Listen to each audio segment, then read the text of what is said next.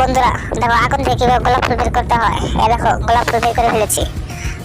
আসো ঠিক তোমাদের দেখাচ্ছি। চলো, এই গোলাপ ফুলের প্রথম হাতে রেখে আগুন ধরাবে, তারপর প্রথমে টান দিলে দেখো গোলাপ ফুল চলে এসলো, কেউ বুঝতেই পারবে না।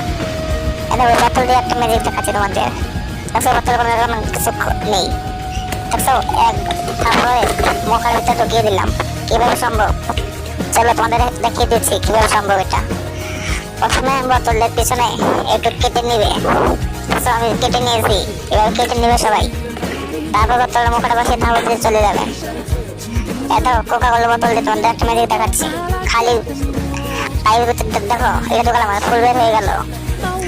এটা কিভাবে সম্ভব দেখছো? দেখো কোকা কোলা বোতল অদৃশ্য করে ফেলেছি। চলো এটা আসল ম্যাজিক তোমাদের দেখাচ্ছি।